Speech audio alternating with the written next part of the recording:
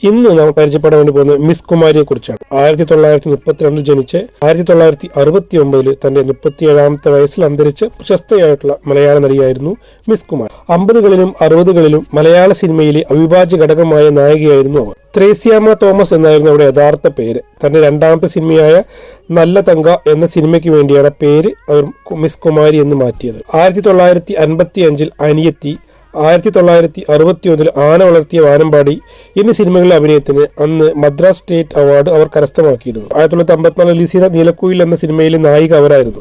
1957 റിലീസായിട്ടുള്ള പാടാത്ത പൈങ്കി എന്ന സിനിമയിലെ അഭിനയത്തിന് പ്രസിഡന്റിന്റെ സിൽവർ മെഡലും അവർ കരസ്ഥമാക്കിയിരുന്നു. 1969 തന്റെ 32ാമത്തെ വയസ്സിൽ ഒരു വയറുവേദനയെ തുടർന്ന് മരണപ്പെടുകയായിരുന്നു. ആത്മഹത്യ ചെയ്തതാണെന്നും അവർ കൊലപ്പെടുത്തിയതാണെന്നും എന്നൊക്കെ ആ സമയത്ത് വാർത്തകൾ പറഞ്ഞു. ഒരു വർഷത്തിനു ശേഷം ബോഡി പുറത്തെടുത്ത് പോസ്റ്റ്മോർട്ടം ചെയ്തെങ്കിലും കാര്യമായൊന്നും കണ്ടെത്തിയില്ല. മലയാള സിനിമയെ സ്നേഹിക്കുന്നവർക്ക് എന്തു തന്നെയാണെങ്കിൽ കൂടി മിസ് കുമാരിയെ മറക്കാൻ സാധിക്കില്ല.